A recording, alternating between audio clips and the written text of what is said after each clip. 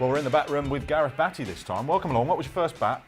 Can you remember it? My first bat was a sawn down SS Jumbo that Neil Hartley, who was my godfather at the time, is still my father. It was one of his bats that he broke against the West Indies, chopped in half, and basically a little fat Gareth used to whack it in the garden. Age what? About 3, I reckon, 2 or 3. I would literally, first thing I remember, really. Do you cherish it? I don't still have it, unfortunately. No? I managed to break it because we did it on like an angle. The toe properly snapped off. What about your first bat that you would use in a game then? A Duncan Fearnley attack. We went down to the factory to see Duncan Fearnley, a club venture down there, and a Duncan Fearnley attack. Ian Botham, legend. Was that why? Yeah, it was yeah, beefy? 100%, yeah, definitely, yeah. Do you think kids nowadays look at Joe Root or whoever and say, I'm going to bat because he has it? Or do they just want the best fit? I think whilst they're at the ground they do, yeah. But then when they go away from it, there's so much information around cricket gear and sporting gear in general now. It's kind of, you get blinded by science, don't you? I went for the stickers, I'm a hero that used it. What do you now look for in a bat though? What's important to you? One that stops me getting hit because I'm getting old. Yeah. So the eyes are starting to go. But you just want a bit of ping, don't you? You just want to feel good in the hands, and you just want to be able to hit a ball and not have to overhit it. So you just want a bit of ping off it. But when you first pick a bat up, do you know straight away whether it's right for you? Do you sort of pick up and go, nah? Yeah, you sort of, And it's what, the balance, the handle, what?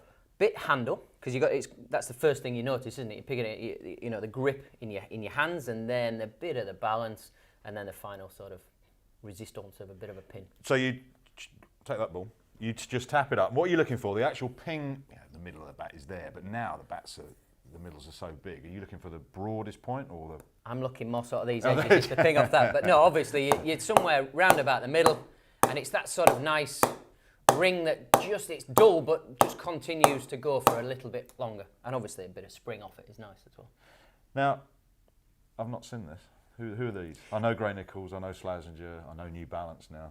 Who's this? It's a very new company, Ganador. It's predominantly a helmet company. Right. But we produce so everything. Vested interest. I'm involved in the company. As I'm getting older, I sort of went over and sort of tried to help, one with the development of a helmet to get it cheaper for kids, but still with a certificate. And the bats is something that is, something in process that we're trying to get better and better and better. Who makes them? They're actually imported in from India. We have a factory out there, and it's English willow, sent out there, made and then sent back. Do you have a say in the look? The design, the shape of the bat, or is it up to the pod shaver out there? No, a little bit. I sort of try and put a bit of a spec on it. This is what the pros are after, so try and give that to the guys that are buying it off the shelves. So your club cricketers are hopefully getting something that's nearer to a pro standard. So it's that sort of nice big profile in the middle nowadays with slightly smaller edges just to get that beef in the middle of the bat so that when you hit it, it stays hit. So you're going to be making bats for kids, yeah? If you were to offer a piece of advice to a parent who's got a kid and they want to buy a bat, and let's face it, they're quite expensive. Yes, they are very. What would you say they should look for? First thing, do not get a bat that's too heavy. You don't want to be losing your shape in your shot because the bat's too heavy and you can't throw it around. So it's better to have a lighter bat than a heavier bat. And that would be my only bit of information. You don't need to spend the earth. It's not about the most you spend because it's not going to change anything until you get a bit older. So actually just get something that's a nice weight, not too long, not too big. So you want it to come to about the top of the thigh in height when you stand it up to you, and you don't want it too heavy so you can learn all these different shots that are going around. And we sit there in awe watching young fellas now and they do all these scoops. You need to be able to do that. So don't go too heavy, don't go too long, too big. Talk about, I mean, you now still playing, and you sort of played in my era as well. The power that these guys hit it with now, is it down to the bats? No, there is an amount. The bats have changed, obviously. We all know that. And you get a bigger bat, but the same weight now.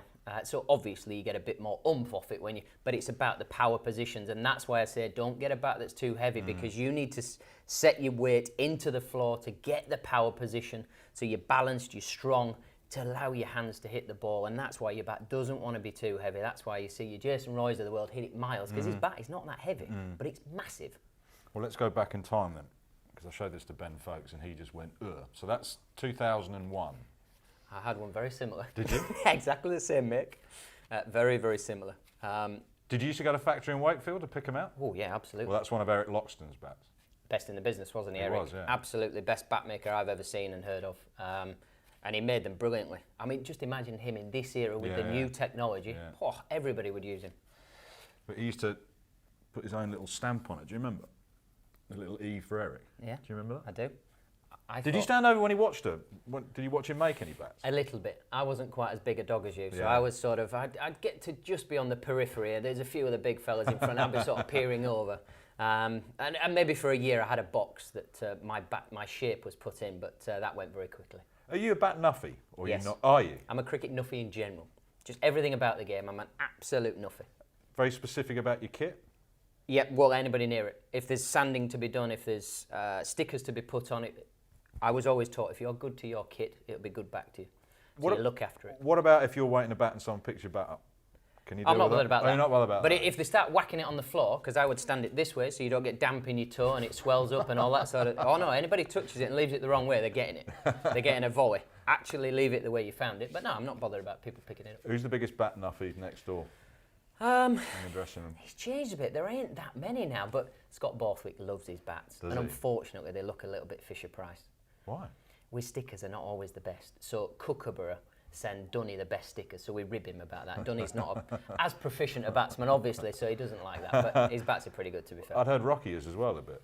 Oh yeah, no, but he's science behind it. I can't comment on that. What do you mean science? Oh, there's theories and all sorts of things. Rib grips, so your fingers sit within the sort of rib that you get. Maybe from a hockey stick, you get your rib on it. Oh no, there's all sorts of stuff going on. There's different shaped bats he uses for practice. Got weights on them, all sorts of stuff. I'm not intelligent enough to be getting involved in that. It'd be fair to say you're coming to the latter stages of your career. Absolutely. Will you miss the delivery box at the start of every cricket season when you unwrap it and the bats are there? I said this to the wife 2 days ago. I walked in the change room, we got the box of new kit, there's all your new bats and stuff. It's like Christmas. It's literally like you get 2 Christmases as a cricketer. And I love it. It doesn't matter, I'm an old man now. I still love it. It's amazing. Good to speak. Thank you. Pleasure.